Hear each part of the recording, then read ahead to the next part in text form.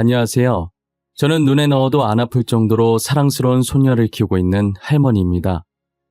제가 평소 여기에 올라오는 다양한 사연을 들으면서 하루를 시작하곤 했는데요. 그러다 문득 제 사연도 한번 올려보면 어떨까 싶은 생각이 들어서 이렇게 몇 자 적어보네요. 제게는 기억 속에서 여전히 잊혀지지 않고 그렇다고 절대 잊어서는 안 될 사람이 한 명 있었어요. 지금은 제 곁을 떠났지만 언젠간 다시 만날 그날을 기다리며 하루하루 살아가고 있죠. 그 사람은 제게 행복했던 기억들만 선물로 남겨주고 떠난 사람이었어요. 제 가슴속에 박혀있는 사람이 과연 누구인지 지금부터 여러분들께 알려드리려고 합니다. 저는 6살 때 부모님께서 이혼을 하신 후로 쭉 홀아버지 밑에서 자랐었어요. 처음엔 뭣도 모르고 어머니를 따라가려고 했지만 어머니께서는 이미 다른 남자가 있으셨고 심지어 어머니의 뱃속엔 그 남자의 아이가 있어서 저를 데리고 가지 않으셨죠. 아버지는 어머니와 이혼을 한 게 신의 한 수였는지 이혼과 동시에 하고 계시던 사업이 대박이 난 거예요. 그래서 저는 아버지 덕분에 유년 시절을 부족함 없이 하고 싶은 것 하며 잘 보냈던 것 같아요. 중학생이 되었을 때 사춘기 시절 어린 마음에 부모님께서 이혼한 게 창피해서 숨기고 다녔었어요. 혹시나 부모님이 이혼하신 걸 친구들한테 들키게 될까봐 저희 집에 친구도 데리고 오지 않았었죠. 아버지는 제가 어떤 마음이고 어떤 행동을 하시는지 다 알고 계셨지만 모르는 척 해주셨더라고요. 제가 사춘기가 끝난 후에 뒤늦게 그 사실을 알고 죄송한 마음에 얼마나 많이 울었는지 몰라요. 어머니와 이혼하고 믿고 의지할 사람은 저밖에 없었을 텐데 저까지 혼자 남은 아버지를 창피해야 하니 저만 바라보며 살아온 아버지께서 혼자서 얼마나 속상했겠어요. 저희 아버지는 사업을 하셔서 주변에 능력 있고 괜찮은 여자들이 충분히 많았지만 혹여나 제게 상처가 될까 재혼도 하지 않고 홀로 저를 키워오신 분이세요. 그런 아버지의 마음을 늦게나마 알게 되었지만 꼭 제가 받은 사랑을 보답해야겠다는 생각이 들었어요. 저는 제 바람대로 아버지와 성격이 정말 똑 닮은 남편을 데리고 왔어요. 아버지도 남편이 제게 보인 모습과 본인에게 보인 모습을 보고 흔쾌히 사위로 맞으셨죠. 저희가 결혼할 당시 저와 남편은 집안 차이가 조금 많이 났었어요. 남편은 저희 집과 다르게 지극히 평범한 집안이었거든요. 그렇다고 아버지께서 집안 가지고 저희 결혼을 반대하고 그러시는 분이 아니셨어요. 어머니한테 당한 게 있어서 그런지 오직 사람 됨됨이 하나만 보시던 분이셨죠. 다행히도 남편과 시부모님 모두 순하고 좋은 분이셔서 결혼 승낙을 단번에 받아낼 수 있었어요. 남편은 저희 아버지를 복제해 놓은 사람처럼 정말 다정하고 가족밖에 모르는 좋은 사람이었어요. 가족을 위해서라면 어떤 굳은 일이든 마다하지 않고 열심히 했었어요. 아버지께서 고생하는 남편을 보고 힘든 일 하지 말고 자신의 회사로 들어오라고 했었는데 남편은 본인 힘으로 가정을 지키고 싶다고 정중하게 거절했었죠. 아마 남편이 해본 일보다 안 해본 일 찾는 게 더 빠를 정도로 정말 안 해본 일이 없을 거예요. 생활력도 얼마나 강한지 남편이 저보다 살림을 잘하고 돈 관리도 꼼꼼하게 잘하더라고요. 그래서 제가 결혼 전 모은 돈과 회사에서 받은 월급들도 전부 남편에게 믿고 맡겼었어요. 그리고 딸아이가 어려서 한창 키우기 힘들 때도 저보다는 남편이 거의 다 키웠다고 보면 될 거예요. 그 정도로 가정에 충실했고 열심히 살려고 노력하던 사람이었죠. 그러던 중 남편이 돈 봉투를 들고 오더니 저보고 백화점에 가자는 거예요. 여보, 지금 당장 옷 챙겨. 우리 아버님 선물 사러 백화점에 가자. 내일도 나랑 갈 곳 있어. 우리 지금보다 더 큰 집으로 이사 갈 거야. 갑자기 그게 무슨 말이야? 더 큰 집으로 이사 가다니? 그리고 손에 든 돈은 또 뭔데? 당신 혹시 로또 됐어? 로또보다 더 대단한 거야. 나 친구 따라 속는 셈 치고 부동산 투자했었거든? 그런데 우리가 투자했던 게 대박 친 거야 글쎄. 우리 이제 돈방석에 앉는 거지. 당신 이제 일 안 해도 돼. 뭐? 근데 당신 돈이 어디 있어서 투자를 해? 설마 우리가 그동안 모았던 걸로 투자한 거야? 당신 지금은 잘 돼서 다행인데 만약 투자 망해서 돈 날렸으면 어쩔 뻔했어. 남편은 괜찮은 투자권 들어왔다는 친구 말을 듣고 반신반의했었는데 친한 친구라 속는 셈 치고 저 몰래 그동안 모은 돈을 올인해서 부동산 투자했는데 그게 대박을 친 거예요. 속는 셈 친 것 치곤 많이 투자한 거긴 한데 투자하면서 느낌이 되게 좋았다고 하더라고요. 정말 대박 나서 다행이지 아니었으면 남편은 이미 제 손에 맞아 죽었을 거예요. 남편은 싱글벙글 웃으면서 드디어 친정아버지께 값비싼 선물을 할 수 있게 되었다고 좋아하더라고요. 그 모습이 어찌나 순수하고 아이 같던지 덩달아 저까지 웃음 짓게 만들었어요.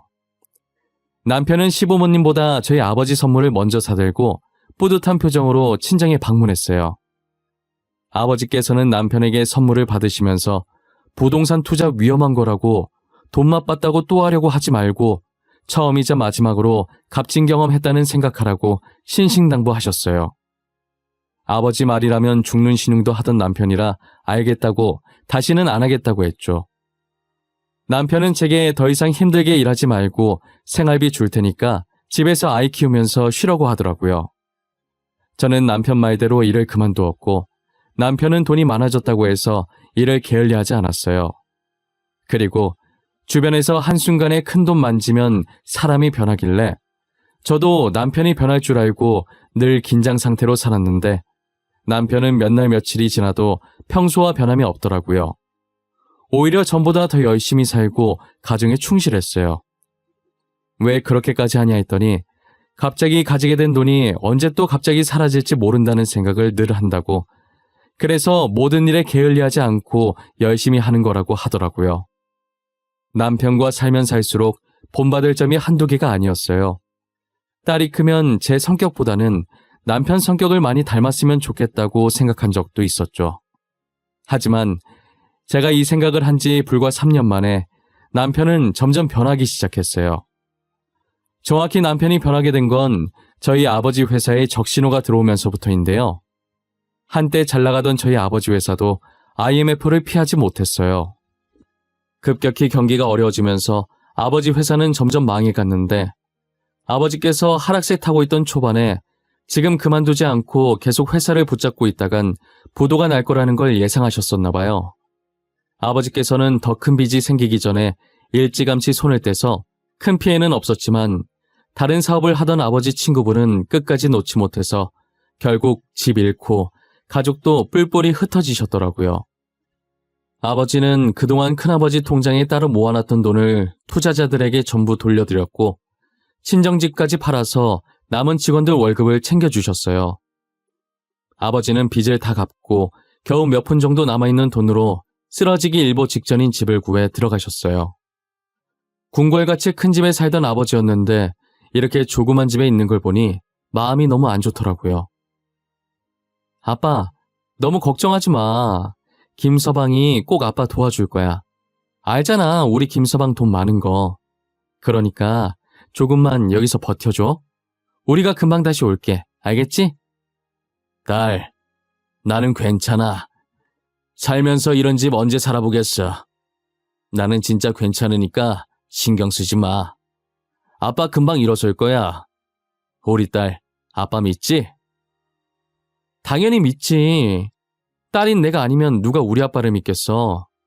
나는 언젠간 아빠가 다시 예전처럼 일어날 수 있을 거라고 믿어. 저는 모든 것을 잃고 한없이 초라해진 아버지를 껴안고 펑펑 울었어요. 당시 제가 아버지께 해줄 수 있는 게 아무것도 없어서 하염없이 울기만 했던 것 같아요. 딸 열심히 키운 죄밖에 없는 아버지한테 말년에 이게 무슨 일인가 하늘에 대고 원망도 많이 했었어요. 제 주위에 믿을 만한 사람이라곤 저희 남편밖에 없었죠. 남편이라면 겨우 누울 수 있는 저런 단칸방이 아닌 편하게 발 뻗을 수 있는 원룸 정도는 아버지께 거뜬하게 구해줄 수 있을 것 같았어요. 저는 남편에게 제발 한 번만 우리 아버지를 좀 도와달라고 애원하듯 간절히 요청했지만 남편은 제게 살면서 처음으로 정색을 하며 제 부탁을 완강히 거절하더라고요. 여보, 우리 아빠 한 번만 도와주면 안 될까? 그동안 아빠 혼자서 나 키우느라 많이 힘드셨어. 같이 살면서 내가 모은 돈 있으니까 제발 한 번만 도와줘, 응? 방금 뭐라고 하는 거야? 나보고 장인어른 집을 해달라는 거야? 당신이 그동안 나한테 돈을 주면 얼마나 줬다고 장인어른 집을 해달래? 차라리 벼룩의 간을 빼먹어. 여보, 왜 그래? 당신 이런 사람 아니었잖아. 갑자기 무섭게 왜 그래? 설마 지금까지 우리 아빠 돈 보고 나한테 잘해줬던 거야? 지금 우리 집 망해서 이러는 거냐고. 잘 안 해. 이제라도 알아서 다행이다. 그동안 당신 집안 눈치 본 거 생각하면 아유. 그러니까 당신도 쫓겨나기 싫으면 앞으로는 눈치 챙기면서 살아. 알겠어? 당신이 어떻게 그럴 수 있어? 우리 아빠가 당신을 얼마나 좋아했는지 알잖아. 당신이 제일 잘 알면서 우리한테 어떻게 이럴 수 있냐고. 어따 대고 소리를 질러. 사태 파악이 안 돼? 너도 이 집에서 쫓겨나고 싶나 보지? 내가 지금 너랑 이혼 안 하고 생활비 주는 것만으로도 감사하게 생각하며 살아. 알겠어? 하루아침 사이에 평소 다정하고 저밖에 모르던 남편의 모습은 온데간데 없었어요. 남편이 그동안 저희 집안 돈 때문에 눈치 보고 살았다는 말이 믿겨지지 않았어요. 정말 친아버지처럼 잘 챙겨줬던 남편인데, 저희 아버지 일이라면 자다가도 벌떡 일어나던 남편인데, 아무리 생각해봐도 한순간에 저렇게 돌변한 이유를 도무지 모르겠더라고요.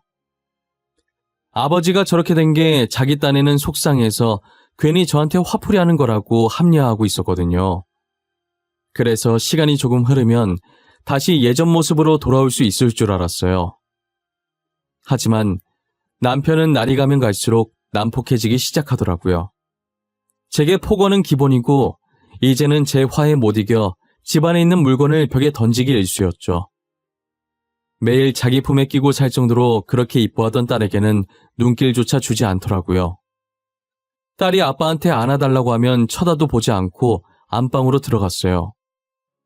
그리고 저는 이미 남편과 각방을 쓴 지 오래됐고요.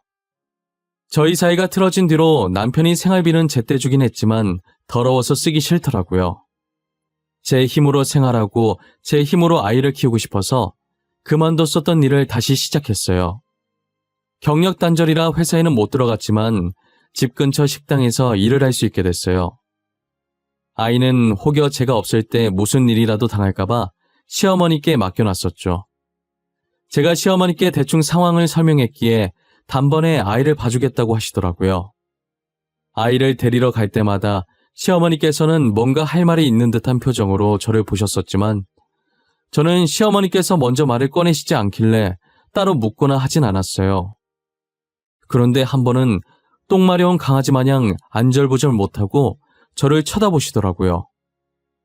어머님, 저한테 할 말이 있으시죠? 얼마 전부터 계속 할 말 있는 것처럼 저 쳐다보시는데 무슨 말이 하고 싶으신 거예요? 저는 괜찮으니까 망설이지 말고 말해보세요. 아가, 우리 아들 때문에 힘들지? 내가 사과한다고 해봤자 당사자가 아니라 용서가 안 되겠지만 우리 아들 너무 미워하지 마. 정말 불쌍한 애야. 할 수 있는 말이 이것밖에 없어서 정말 미안해. 어머님은 제가 믿지 않으세요? 보통 시어머니들은 아들 욕하는 며느리 싫어하시던데 어머님은 저를 싫어하시긴커녕 항상 같이 화내주시고 안아주시잖아요. 내가 왜 널 미워해? 그냥 불쌍할 뿐이지. 너나 지혁이나. 너도 알잖니? 지혁이 녀석 원래 저런 애 아닌 거. 누구보다 잘 알죠. 그래서 더 답답해요. 남편이 원래 안 그랬던 사람인 거 아니까. 어쩌다 저렇게 변했는지 어머님은 모르시는 거죠? 모르지. 내가 어떻게 알겠어? 그런데 아가, 혹시 나랑 약속 하나만 해줄 수 있겠니? 훗날 나중에 과거를 돌이켜볼 때 말이다. 그때 우리 아들 지금 모습은 잊고 꼭 좋은 모습만 기억해다오. 시어머니께서는 살짝 눈물을 머금은 표정을 하시고 제게 남편의 좋은 모습만 기억해달라고 하시는데 그때 시어머니의 얼굴이 너무 슬퍼 보여서 아무런 대답을 못했었어요. 당시엔 남편이 뭐가 이쁘다고 좋은 모습만 기억해달라고 하시는 건지 도무지 이해가 안 갔었는데 한참 지난 지금에서야 돌이켜보니 그 말의 뜻이 무엇이었는지 알겠더라고요. 그때 시어머니께서 제게 무언가를 숨기고 있었던 게 분명했는데 더 캐묻지 않았던 게 너무 후회돼요. 계속 캐묻고 진실을 알아냈다면 남편의 마음을 이해해보려고 노력했을 텐데 싶었죠. 제가 남편과 이혼을 해야겠다고 굳게 다짐했던 적이 있었어요. 남편이 항상 화내고 벽에다 물건 던지고 했지만 집을 나가진 않았었거든요. 그런데 점점 퇴근 시간이 늦어지고 외박하는 일도 잦아지더라고요. 게다가 엄청 미세하긴 하지만 여자 향수 냄새까지 느껴지는 게 이건 무조건 외도라고 생각했죠. 남편이 잘 때 몰래 핸드폰을 훔쳐봤는데 외도 증거라곤 찾아볼 수가 없었어요. 원래도 깔끔했던 사람이라 증거까지 깔끔하게 지운 것 같아서 더 화가 났어요. 며칠 동안 몰래 핸드폰을 훔쳐봤지만 단서라고 할 만한 게 나오지 않아서 남편과 전면 돌파하기로 했어요. 역시나 남편이 퇴근 시간 한참 지나서 집에 들어왔길래 자켓 냄새부터 확인했는데 제가 예상한 대로 저번에 맡았던 향과 같은 여자 향수 냄새가 나더라고요. 이거 뭐야? 자켓에서 왜 향수 냄새가 나? 당신 도대체 뭐하다 오는 길인데? 매일같이 뭐하고 오길래 똑같은 여자 향수 냄새가 옷에 배어있냐고. 알면서 뭘 물어. 남자 옷에 여자 향수 배이는 거 하나밖에 더 있어? 너 밤마다 내 휴대폰 봤잖아. 의심돼서 본 거 아니야? 내가 그동안 모를 줄 알았지? 당신 진짜 뻔뻔하다. 와이프 몰래 바람 펴놓고 뭐가 그렇게 당당한 건데? 내가 이런 사람이랑 같은 공간에 숨 쉬면서 살았다는 게 너무 소름 끼치고 무서워. 그렇게 소름 끼치면 당장 이 집에서 나가던지. 나도 이제 편하게 살고 싶다. 너가 나가주면 더 이상 눈치 볼 필요 없고 만나고 싶은 여자도 마음껏 만나고 좋지 뭐. 저는 남편의 말에 화가 나서 말은 안 나오고 온몸이 떨리면서 눈물이 차오르는 거예요. 바람핀 것도 모자라서 사람이 어떻게 저리도 뻔뻔하게 나올 수 있냐고요. 과거엔 가족과 일밖에 모르고 늘 다정하고 성실한 줄만 알았던 남편이었는데 이제는 제가 어떤 남자와 살고 있었는지 정말 모든 게 다 연기였던 건지 모르겠더라고요. 저는 눈물을 흘리지 않으려고 이를 악물고 그대로 아이를 데리고 집을 나와버렸어요. 아무런 대책도 없이 홧김에 무작정 집을 나오긴 했는데 갈 곳이 한 군데도 없더라고요. 게다가 딸아이도 오래 걸어서 다리가 아프다고 집에 가자며 칭얼거리기 시작하는 거예요. 저는 딸아이를 안아들었고 또 하염없이 걷다가 익숙한 길에 발길을 멈추고 보니 시댁 앞이더라고요. 시댁 앞에서 들어갈까 말까 한참을 고민하고 있었는데 분리수거하러 나오신 시어머니와 마주쳤고 시어머니께서는 놀란 눈으로 저를 보시고 얼른 들어오라고 하셨죠. 저는 시댁에 발을 들이자마자 참았던 눈물이 왈칵 쏟아지더라고요. 친정아버지는 안 그래도 걱정 많으실 텐데 거기에 제 걱정까지 더해질까봐 차마 친정엔 갈 수가 없었고 결국 제가 찾아온 곳이 남편의 부모님이 계신 시댁이라는 생각에 눈물이 났던 것 같아요. 시어머니는 우는 저를 따뜻하게 안아주셨고 시아버지는 제가 우는 소리에 놀라서 달려오셨어요.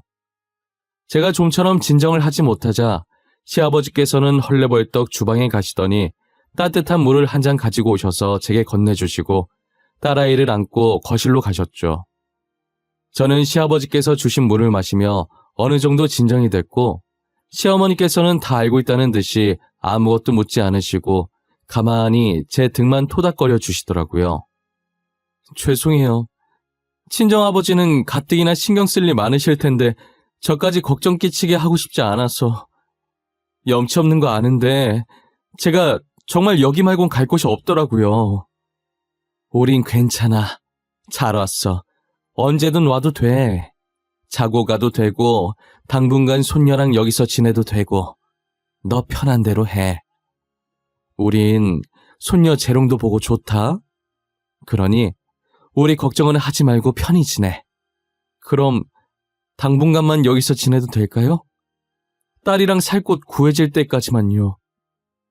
어머님께 이런 말씀 드리기 죄송하지만 저 더 이상은 남편이랑 못 살겠어요.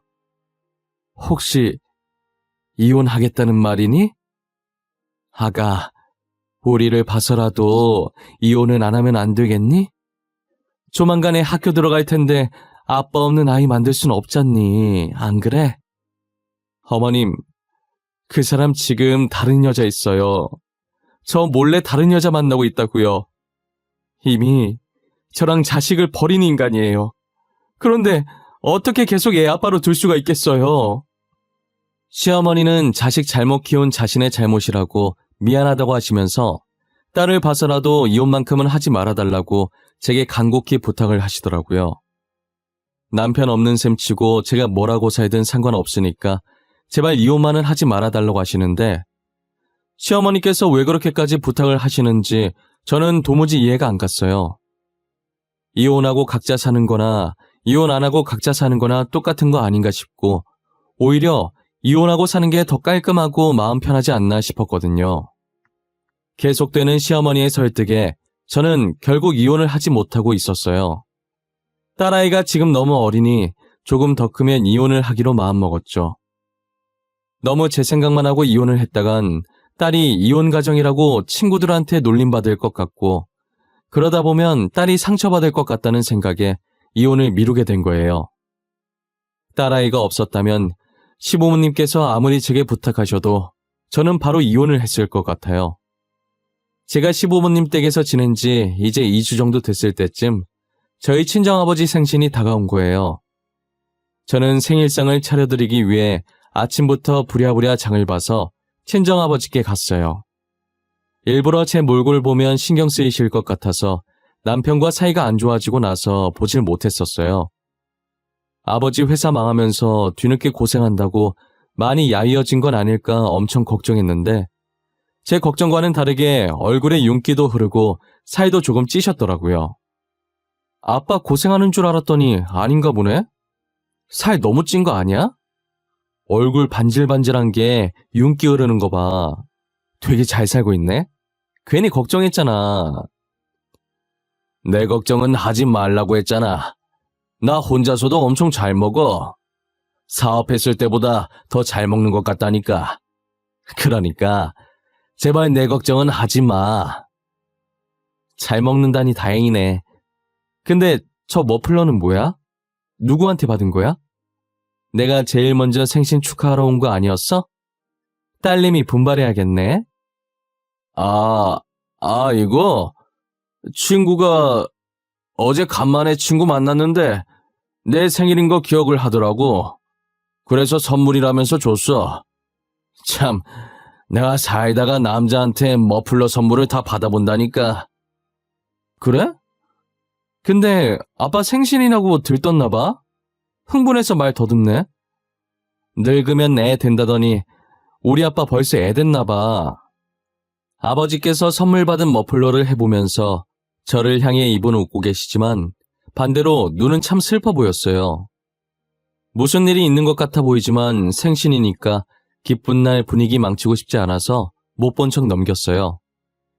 간만에 아버지와 둘이서 나란히 앉아 오붓하게 생일상을 먹고 이런저런 이야기를 나누다가 그날따라 이상하게 자고 가고 싶어서 아버지 집에서 하룻밤 잤었어요. 그러고 다음날 아침 일찍 휴대폰이 시끄럽게 울리기 시작했고 번호를 보는 순간 쎄한 느낌이 들었어요. 조심스럽게 전화를 받았는데 스피커 너머로 다급한 여자의 목소리가 들리더라고요.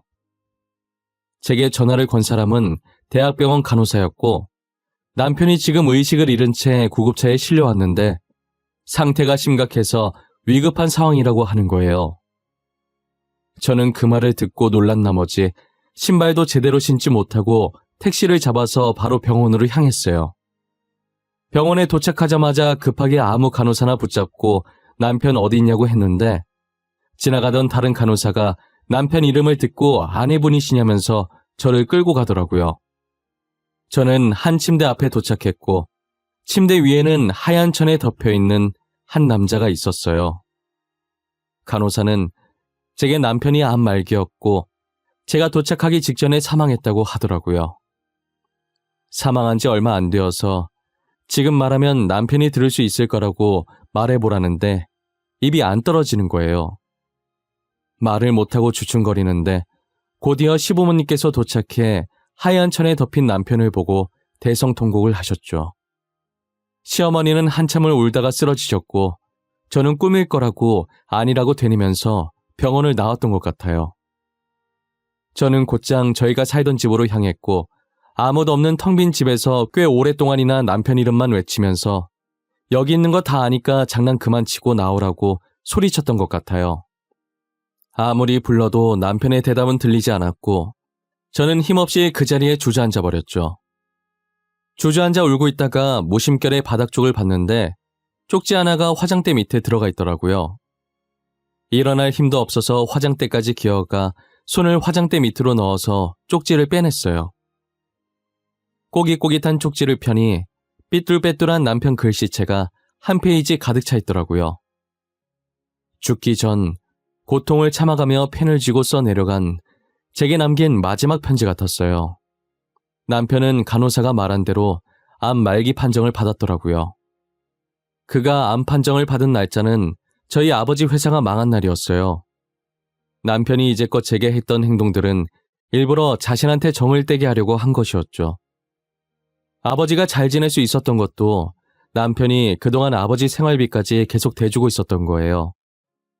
집해지면 자신이 도와준 게 티가 날까봐 생활비라도 보탠 거라고 하더라고요.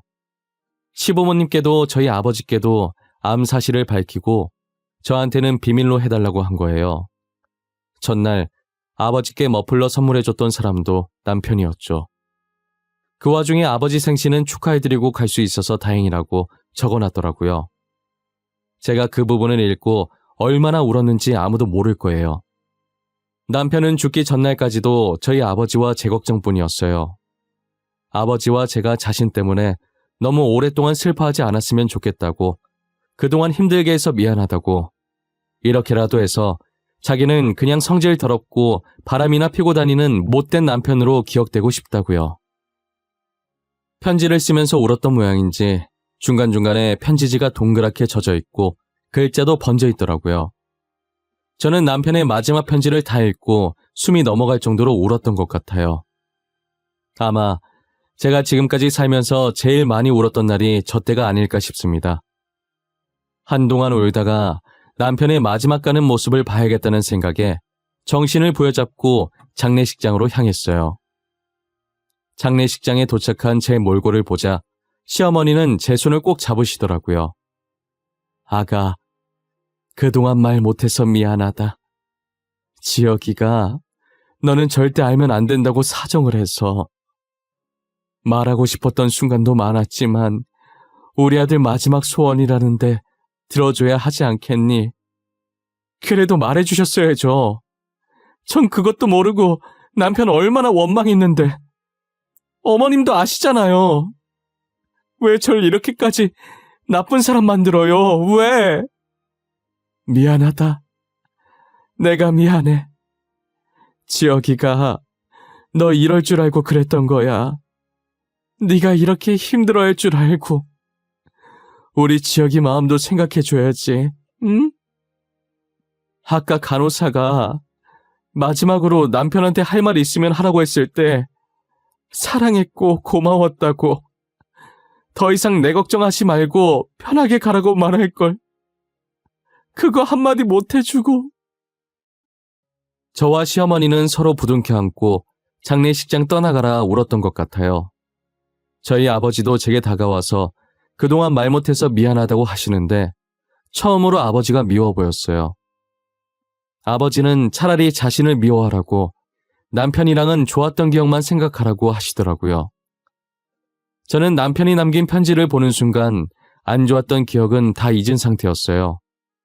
제 가슴 속엔 남편에 대한 그리움과 미안함과 고마움만 남아있었죠. 장례식을 끝마치고 남편의 재산을 정리하는데 사망보험금과 재산이 다 제 앞으로 와 있었어요. 남편은 처음이자 마지막으로 부동산 투자를 하고 손 뗀 줄 알았는데 몰래 계속하고 있었던 모양이에요. 재산을 상속받아봤는데 금액이 어마어마하더라고요. 거기다 크진 않지만 위치가 좋아 땅값이 좀 나가는 조그만 건물 하나도 있었어요. 자신이 세상을 떠나면 딸아이를 혼자 키워야 할 저를 위해 열심히 재산을 불려놓고 있었던 거예요.